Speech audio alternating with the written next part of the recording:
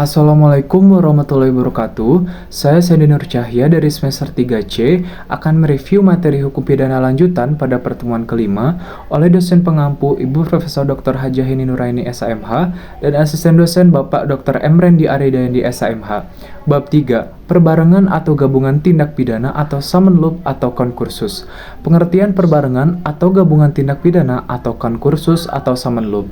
Dalam KUHP tidak ditemukan definisinya, tetapi dari rumusan pasal-pasalnya dapat disimpulkan: 1. Seseorang dengan satu perbuatan mengakibatkan beberapa aturan pidana dilanggar, atau seseorang dengan beberapa perbuatan mengakibatkan beberapa aturan pidana dilanggar.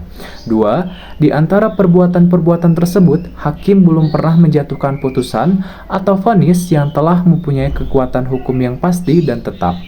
3. Jaksa atau penuntut umum dalam melakukan penuntutan perkara-perkara tersebut harus secara sekaligus dan bersamaan. Di antara ketiga pengertian tersebut, yang paling penting adalah yang nomor 1, karena menyangkut tentang perbuatan. Pengaturan perbarengan atau gabungan tindak pidana diatur dalam buku 1 KUHP bab 6 pasal 63 sampai 71. Perbarengan peraturan atau konkursus idealis diatur dalam pasal 63 KUHP, perbuatan berlanjut diatur dalam pasal 64 KUHP, perbarengan perbuatan atau konkursus realis diatur dalam pasal 65 sampai 71 KUHP. Konkursus idealis dan konkursus realis adalah bentuk konkursus murni, sedangkan perbuatan berlanjut adalah bukan bentuk konkursus murni. Sistem pemidanaan. Perbarengan peraturan atau konkursus idealis pasal 63 KUHP.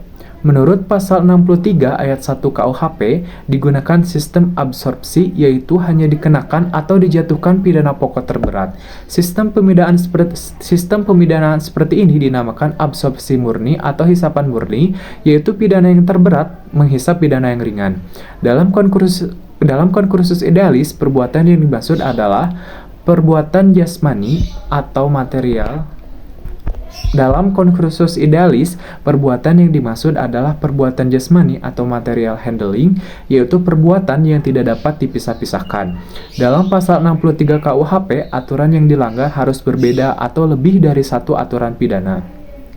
Tetapi dalam praktek sering terjadi beberapa perbuatan yang hanya melanggar satu aturan pidana. Terhadap hal ini dipakai pendapat doktrin, yaitu konkursus idealis homogeneous. Perbuatan berlanjut.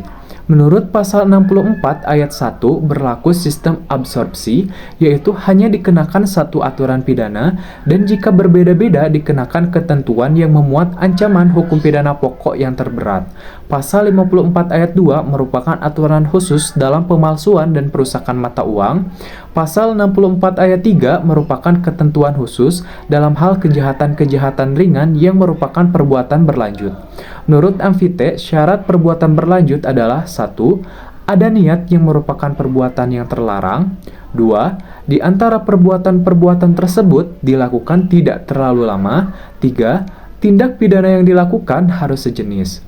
Contoh kasus dalam perbuatan berlanjut yaitu: A.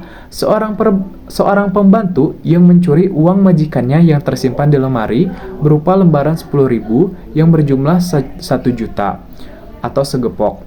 Uang tersebut tidak diambil pembantu secara sekaligus, melainkan setiap hari hanya 2 lembar saja, dan baru 3 kali mencuri keburu ketahuan oleh majikannya. Untuk kasus ini hanya dikenakan satu pasal saja terhadap pembantu tersebut, yaitu pasal 362 KUHP. Sekian review materi saya kali ini. Mohon maaf apabila ada kesalahan. Terima kasih. Wassalamualaikum warahmatullahi wabarakatuh.